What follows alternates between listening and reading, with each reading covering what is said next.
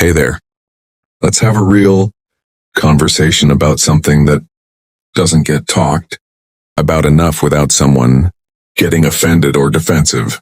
Marriage is the biggest financial and emotional contract you will ever sign.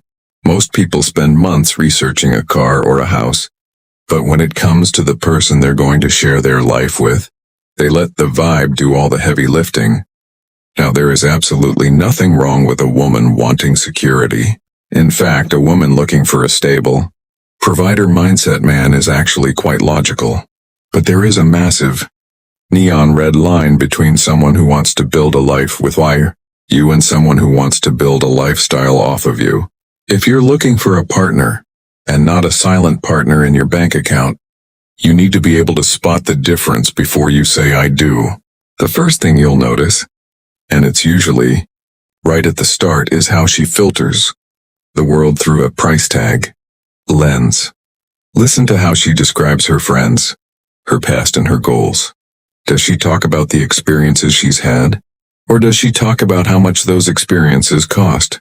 When she meets someone new, is her first question about their character? Or is she subtly probing about what neighborhood they live in or what they do for a living? If every story she tells involves a brand name or a luxury price point, you aren't listening to a personality.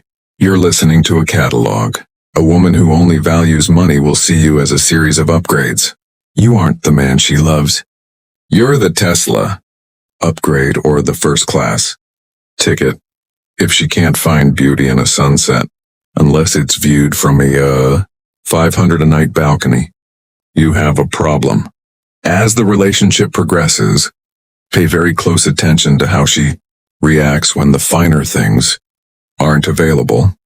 This is the second major sign, the fair weather support system. Life is a series of peaks and valleys.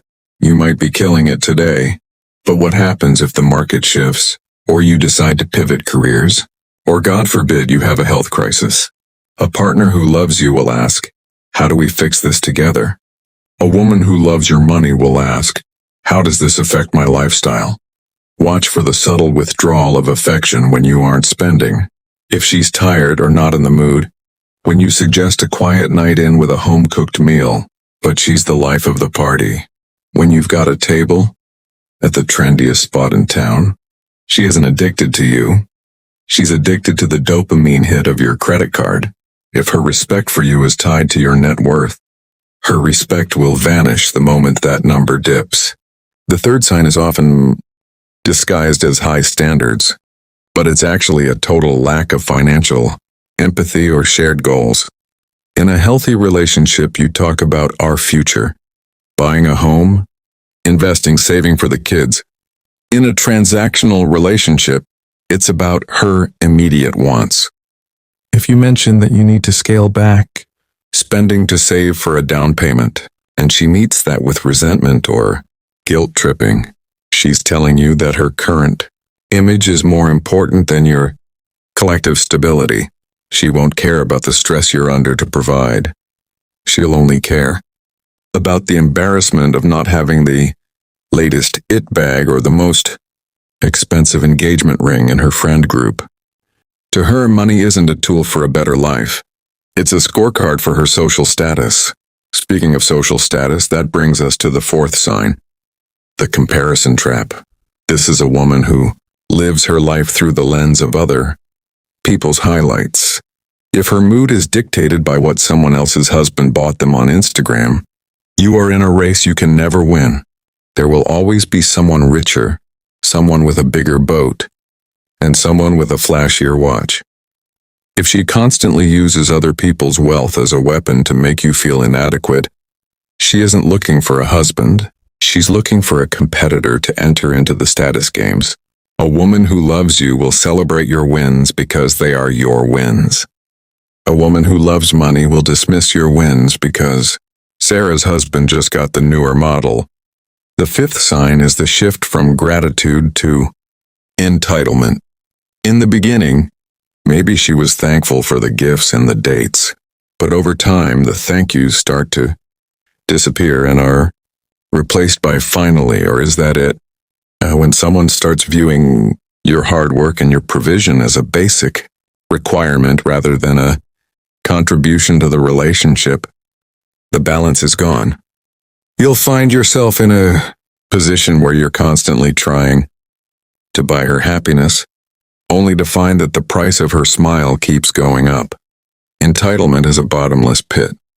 You cannot fill it no matter how much you earn.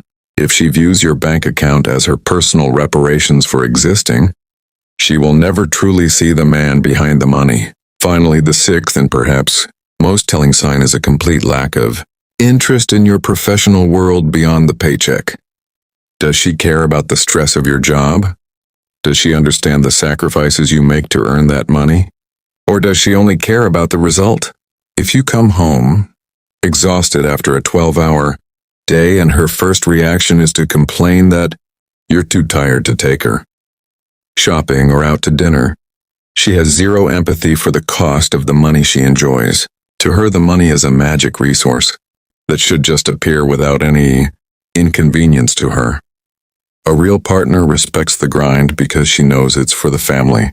A woman who only loves the money views the grind as a nuisance that keeps you away from serving her needs. Marriage is supposed to be a sanctuary, not a business deal where you're the only one providing the capital. If you see these signs, don't ignore them thinking they'll change once you have a mortgage or kids. In fact, those things only magnify the problem.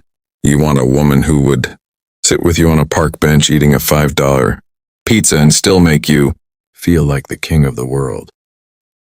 Because one day life might throw you a curveball where that $5 pizza is all you've got, and in that moment, you'll realize that the most expensive thing in the world is a woman who only loved you when you were rich.